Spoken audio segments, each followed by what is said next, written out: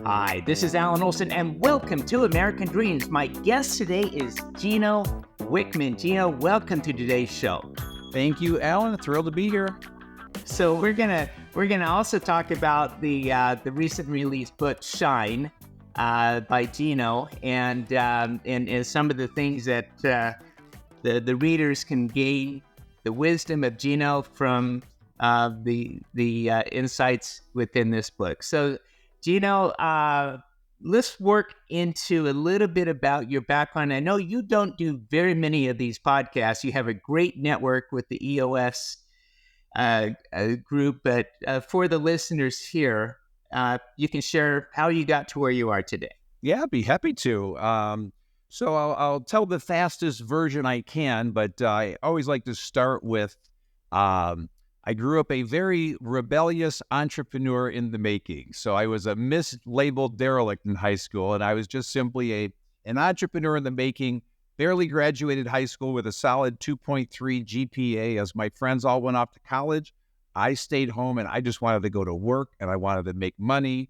And so I then did exactly that. I was making six figures by the time I was 23 years old. I took over a family business at 25 years old, did a big turnaround. I was able to turn it around in 3 years, ran it for 7 years. We then successfully sold it.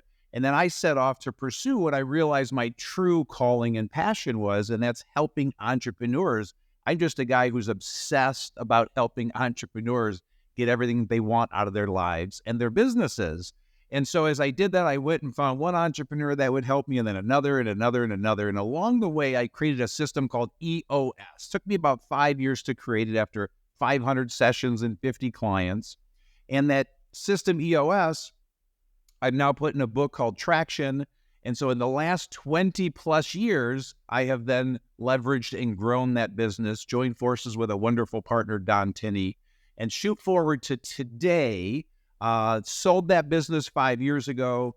That business now has 800 EOS implementers all over the world. I've written 8 books that have sold almost 3 million copies. And so it's been a pretty good run, but it's all focused on helping entrepreneurs. And then the last little piece of context that will kind of help the listener connect with what it is we're about to talk about is I have created 5 pieces of content in the world in the last 30 years to help entrepreneurs. And so very quickly, number 1 is called Entrepreneurial Leap, that helps any entrepreneur in the making determine if they are, and if they are, show them how to start a better startup and increase their odds of success. The second piece of content is called Rocket Fuel, and that's a concept, it's a visionary integrator concept I created that helps that entrepreneur grow to the next level, understanding that they are a visionary entrepreneur and find their perfect integrator counterpart to take the business to the next level. The third piece of content is what we already talked about, is EOS in the book Traction, and that helps that entrepreneur run their business like a Swiss watch and get everything they want out of their business. The fourth piece of content is EOS Life. That's helping that entrepreneur and their leaders live their ideal life. And then the fifth piece of content is what I call the 10 disciplines. And the 10 disciplines are all about helping that entrepreneur really optimize their life by greatly increasing their energy, helping them make a bigger impact on the world, and having more peace. And so the quick point on those 5 pieces of content is I realized I've been helping the entrepreneurs climb the mountain, get to the top of the mountain, ring the bell, only to find that they don't have as much inner peace as they thought when they get to the top of the mountain. It wasn't quite all they thought it would be.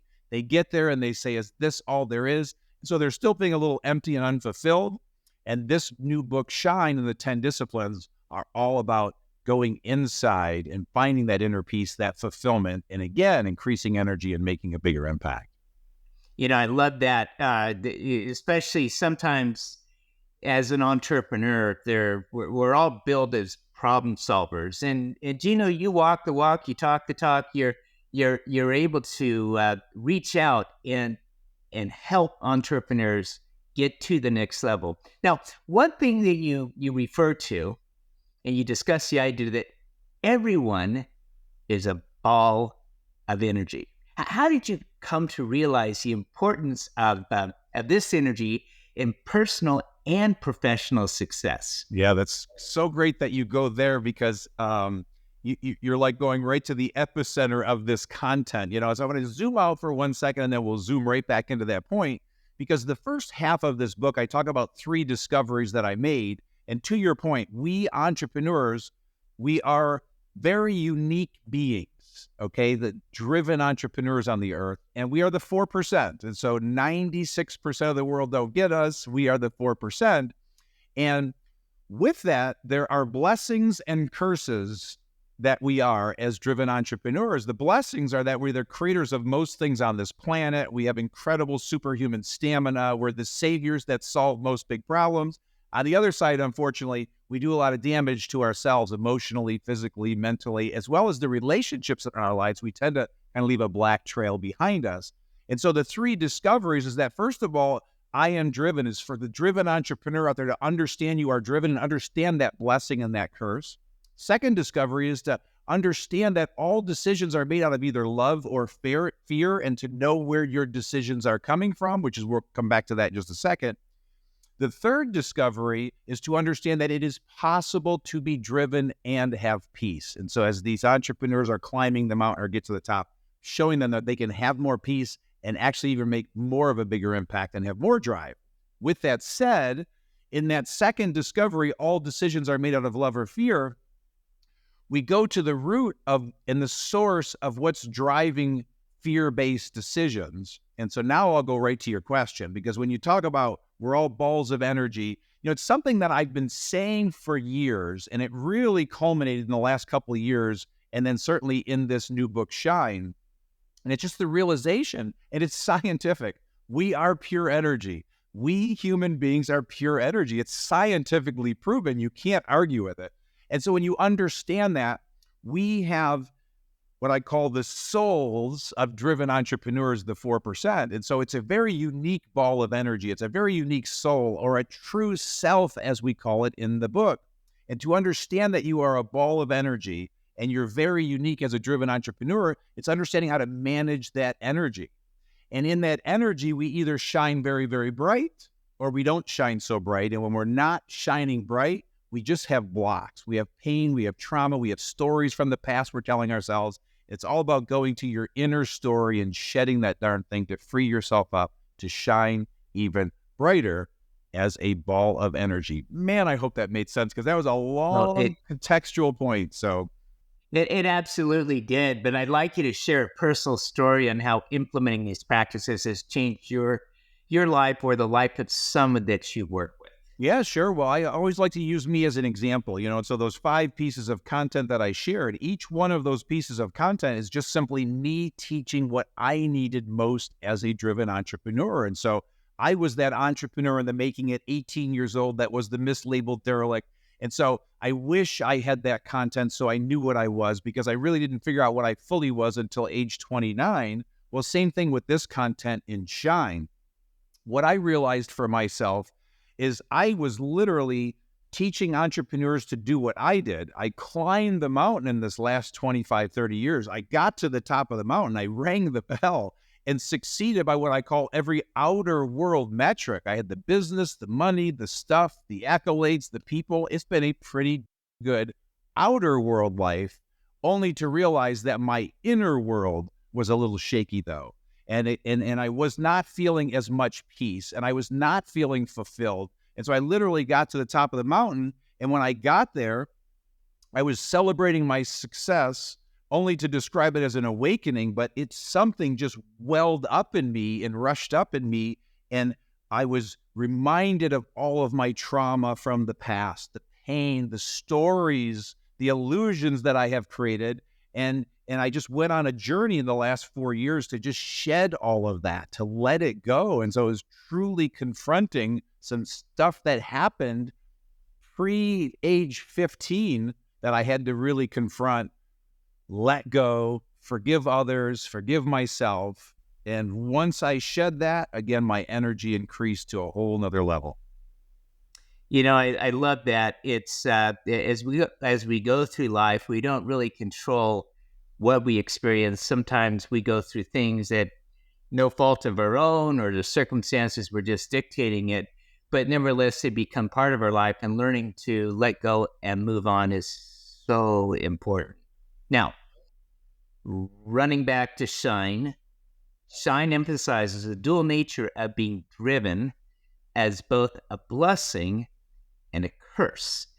How can someone recognize if they're tipping too far into the curse side, and what steps should they take to rebalance? Yeah, I really appreciate that question. So, let's start with the blessing, and the blessings are so apparent, because they're so outer world focused, and so we've got to celebrate that, because when I talk about the dark side, it tends to scare people, demotivate people, because it's a scary place for people to go. But what this is all about is just understanding. It's a discovery to say, okay, yeah, I've done all these great things as a driven entrepreneur, all these outer world things, but I always describe it as below the surface. So below the surface, and I always put my hands up and I'm showing just below my chin. I'm talking about my body below the surface. Unfortunately, the central nervous system is a little amped up. It's a little tense. The tectonic plates are shifting. So unfortunately, below the surface, there's some stuff that's uneasy in there. And that is a sign of the pain and trauma from the past. And what's happening is our ego just created a masterful structure to protect us from ever feeling that pain again. And when the ego's running the show, unfortunately, we are just not the best version of ourselves. We're not being our true selves with the people in our lives. And so we can be very short. We can do, like I said earlier, a lot of damage to the relationships that we have. We're just very intense, and our ambition just gets us in trouble because we just steamroll people, and we're typically coming from fear. We're coming from that painful place that we're trying to hide from, again, that the ego is protecting us from. And so when it's that fear-based decision, when it's coming from that fear, unfortunately, we're just not showing up as our true self. And unfortunately, we're scaring people away, saying things we shouldn't be saying, making really bad decisions that do more damage than good. And so the idea is just to go inside and understand the root and the source of all of that. Now, your book also explores the concept of decisions made out of love or fear. Could you explain how one can start distinguishing between these two types of decisions in their daily life? Yeah. And so this one really came clear to me just in the last probably 3 years. And the book takes you very deep into understanding the root of love-based and fear-based decisions. And so what I'm going to do is do my best job I can in about 2 minutes to explain this discovery, because I take you through a very deep dive with my co-author, Rob Dubay, certainly. But the idea is to understand, first of all, it's this awareness that all decisions are coming from either love or fear. So it starts with awareness. So as Eckhart Tolle taught us, with awareness comes transformation and freedom. And so it's a matter of just starting to think about decisions you make, but you can include thoughts, feelings, and emotions. So thoughts, feelings, emotions, and decisions. And as they come up, where is it coming from? Is it love-based or is it fear-based? So you start with that awareness. Once you start to heighten your awareness, you will start to see that the fear-based ones, you can literally chase down to the root that I was quickly talking about earlier. And where the root is it's coming from that pain you're hiding from the past. Again, it's that ego structure. It's the armor suit you put on somewhere in your life. For me, it was age 15. It's these protective layers that your ego created. And so when you see that and understand that, you will realize your true self is in there. That love-based, heart-based, body-based true self is in there, and it makes 100% love-based decisions, but it just can't because it's in a prison. And so once you understand that, you then kind of go down another level to understand that, like we said earlier, we are pure energy, and that energy can be blocked. And when our ego's in charge and the protective layer is in place, your energy is blocked. You're just not shining as bright as you can. And so the idea is to go to the root of where that pain is coming from. There are 1,000 ways to do it, but to then free it. And when you free it, you literally feel a lightness, and then you will start to see a shift in your decisions to more love-based decisions as you start to free your true self. and start to shed that ego. Now, you never fight the ego. You never try and kill the ego. You just form a nice relationship with the ego because it serves a purpose. Our minds are important. They're great strategic thinkers for us driven entrepreneurs. We just can't let them run the whole system. And for a lot of us, they've been running the system for the last 10, 20, 30 years. And it's time for our true self to come to the forefront. And with that awareness, all of a sudden you'll start to shift to more love-based decisions. And even a 10% shift to more love-based from fear-based is literally like a Richter scale. It will be a monumental improvement and change in your life. Yeah, I love that. In the book, you talk about the 3 discoveries to free your true self as a pivotal section. So what is the common barrier that you observed in people struggling to embrace their true selves? Well, I think it's exactly what I just said there. And it's that their ego is running the show. And they've created this masterful structure. So like when I saw my ego, it happened for me 3-4 years ago, and I saw exactly how it operated. My ego has this masterful way of thinking 20 steps ahead to never feel my pain or trauma or the stories I've created ever again. And so when you come at me with something, I could think literally 20 moves ahead to head off anything that might hit my stuff. And so again, it's your true self is trapped in there behind that protective layer.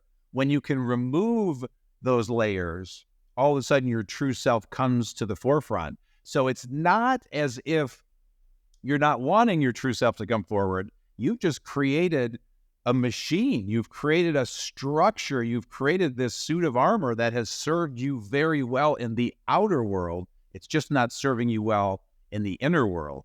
And so I always describe it as when we can pierce that shield and let a little light in or a little light out, you start to get your first tap on the shoulder that, hey, there's something in here that's pretty powerful, and 10 times more powerful than how I've been operating up to this point.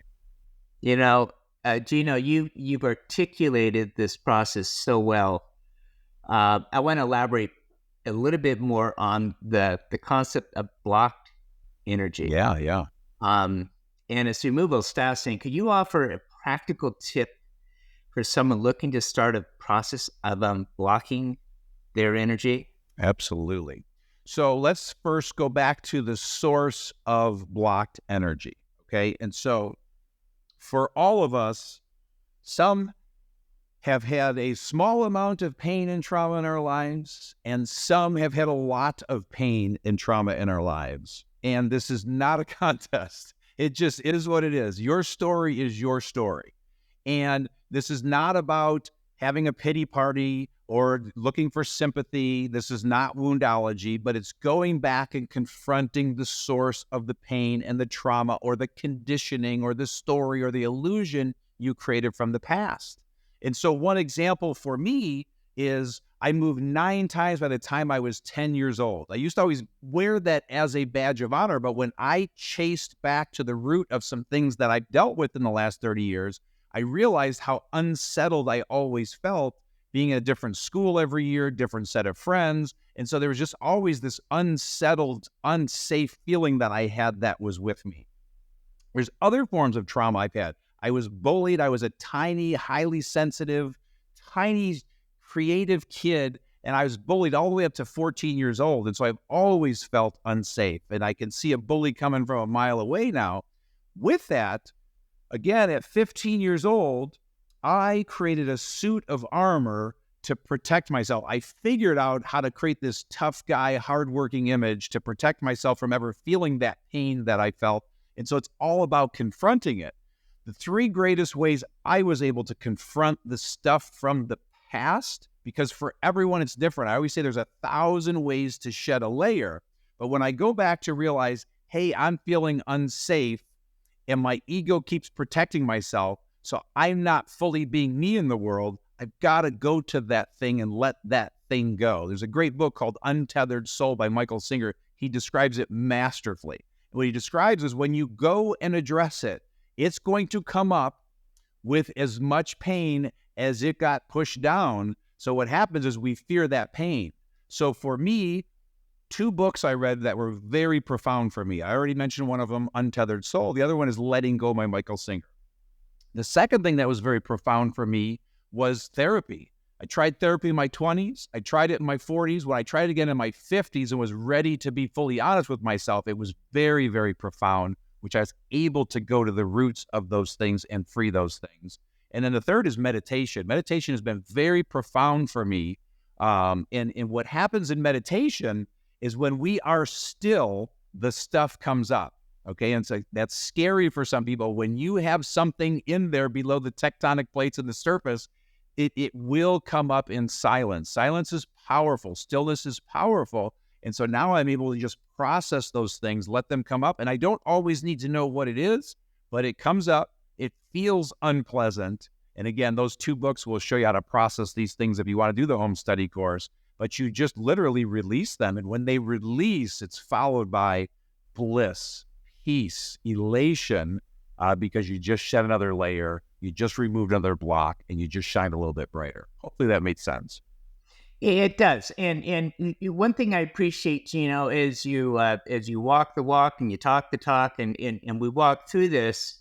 One thing, the takeaway I see here is that, a lot of times an individual will have a large ego because it will be blocking the side of them that is really hurting. And so being able to have that inner peace will open themselves maybe they're more vulnerable for the process of doing it, but then they're becoming their true self so that they can then respond with greater inner peace. And I love the way that you put this together. I'm going to move into another topic here. Okay, so it's among the 10 disciplines to maximize your impact in inner peace.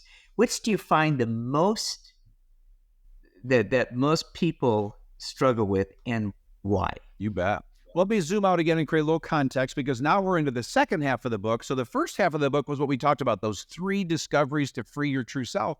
And what those 3 discoveries are, is they are the what. What I'm doing there, what we're doing in this book is showing you what's possible, what peace can look like, how you can greatly increase your impact on the world so that you can see it.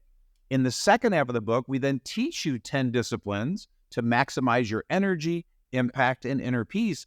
And so they are the how. This is the how you do it. Because to do this work, you must have a framework, a platform that creates time and space in your life to do this work. And so with that, there are 10 disciplines we teach to do that. I always love to just quickly give a high-level overview just so your audience knows what they are, and then I'll answer your question. So very quickly, the 10 disciplines are: number 1, 10-year thinking; number 2, take time off; number 3, know thyself; number 4, be still; number 5, know your 100%, which is your work container; number 6, say no, ... often; number 7, don't do $25 an hour work if you want to make 6 figures; number 8, prepare every night; number 9, put everything in one place; and number 10, be humble. And so when you ask, which one do people struggle with the most? I quickly want to say all of them, but from a standpoint of when we think about all of our clients that go through our group coachings and our mastermind, if I roll them all together, it's really interesting because there's never this one that they all struggle with. It's different for everybody. So it could be as simple as the person that struggles with 10-year thinking because for some reason, the neurons in their brain just won't click. I have a small percentage of my clients, they just can't get their brains to do that. And so we got to build a whole new neuron. We've got a whole new set of neurons, a whole new muscle there. And then we have some things as simple as people struggle with saying no. I mean, they literally just cannot say no. And it's so powerfully simple because once you have the first 5 disciplines in your life, saying no becomes very easy. But for people, a lot of times it goes back to past pain and trauma and conditioning and what we were taught. They just feel like saying no is somehow wrong or bad because they feel this uneasiness in their body at saying no. And again, we help them build that muscle. So I want to say all of them, but what I would ask you is, you know your audience better than I know your audience. And so I'd always love it when you just kind of pick 1 or 2 that we could drill down on that you think most might most resonate with your audience or be most impactful? What I think of in the entrepreneurs or the visionaries is it's often long term. It's not about connecting a dot. They're trying to solve a problem, and I always use the analogy of you're going down a freeway, and a long straight road. You got exit here, exit there. So the analogy there is an exit is connecting a dot. I made it from point A to point B. Let's keep going. Well, where does the road end, and what are we trying to do? So on the concept of what you put in a long-term thinking is that 10-year thinking. 10-year thinking is very intriguing to me because in that process, you have to understand a larger vision, and you know that when you're starting your journey, that there's changes inevitable along the way. So let's go into sharing some examples of knowing how this long-term perspective can change decision-making in the short term. Here, would love it. So what I'll do on this one is allow me a 90-second riff, okay, to set the stage on this one, and then let's dig as deep as you want to dig. But again, the discipline is called 10-year thinking.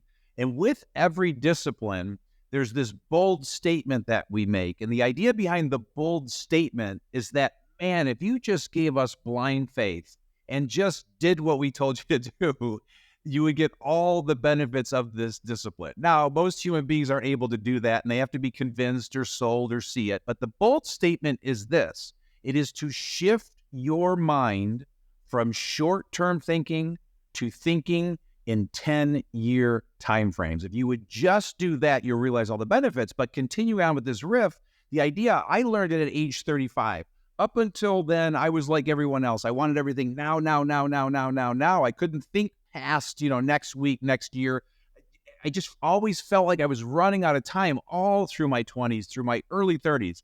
Well, when you shift your mindset to this kind of thinking, time literally slows down. There's a peace that comes over you. You make better decisions, and you will literally get there faster.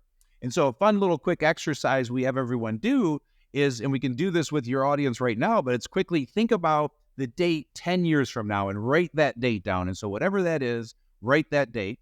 Next to that, write your age. And so what is your age at that point in time? And now sit there and just picture yourself 10 years from now on that date, at that age. And what is the number one goal? Write down the number one goal at that point in your life.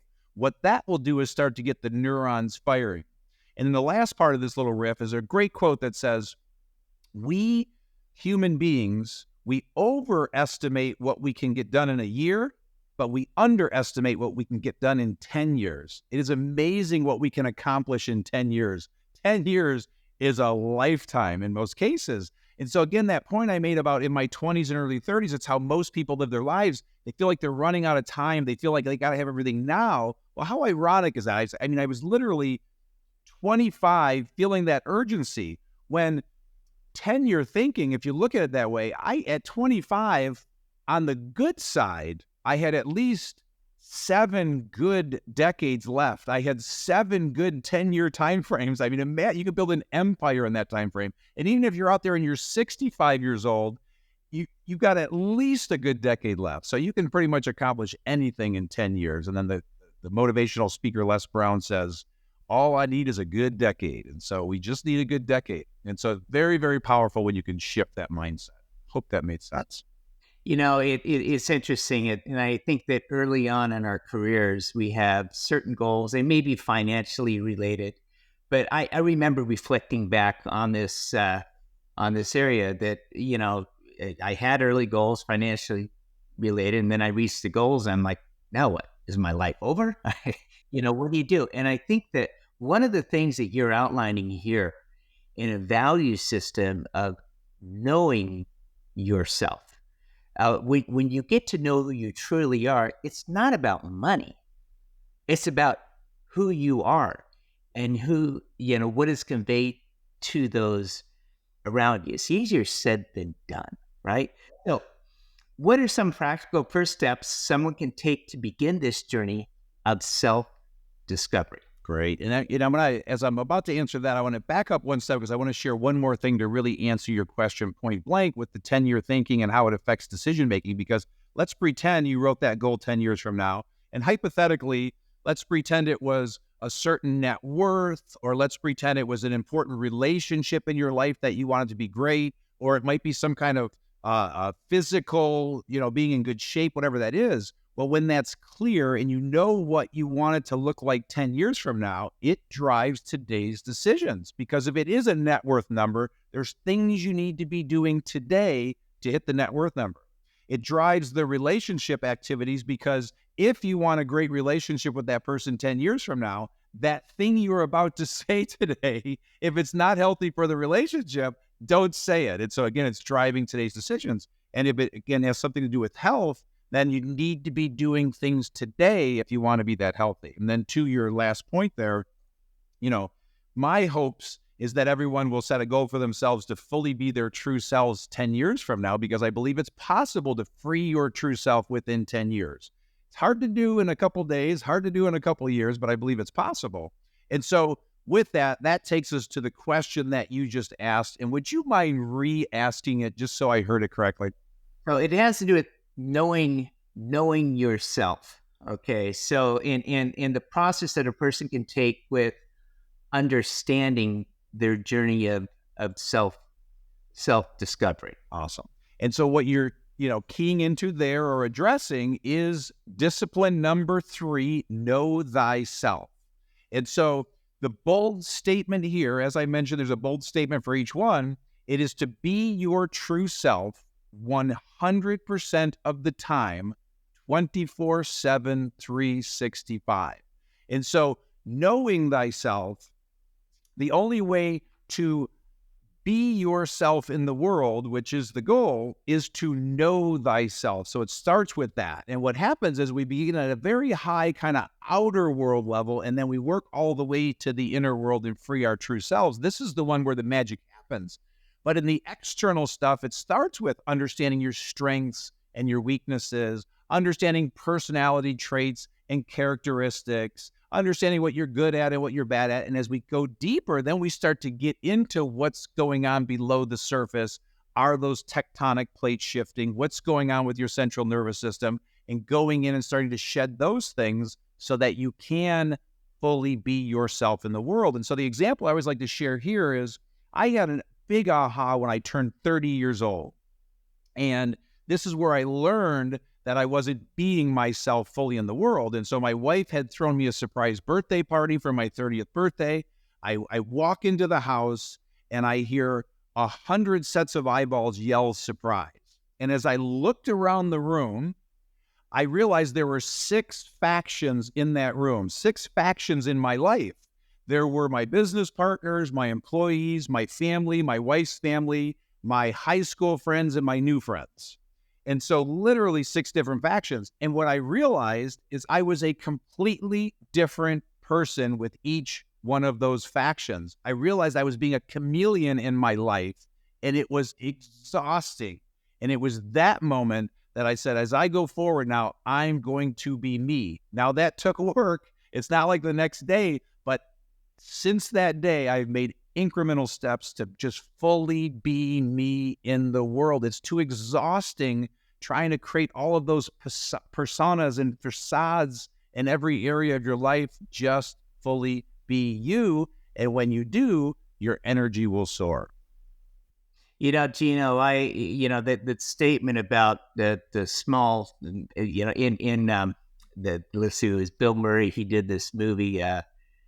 Oh my gosh, I love the movie. He refers to baby steps, right? He's trying to cope. He's trying to understand how to get through his life. And so the small compartmentalized steps of one after the other. I think in today's day and age, so much anxiety. People are overwhelmed. They're saying, hey, that's great that, I want to be somebody, but right now I'm just trying to survive. I'm trying to get through this. Okay. A person that's overwhelmed by their current responsibilities, you got any sage advice for them?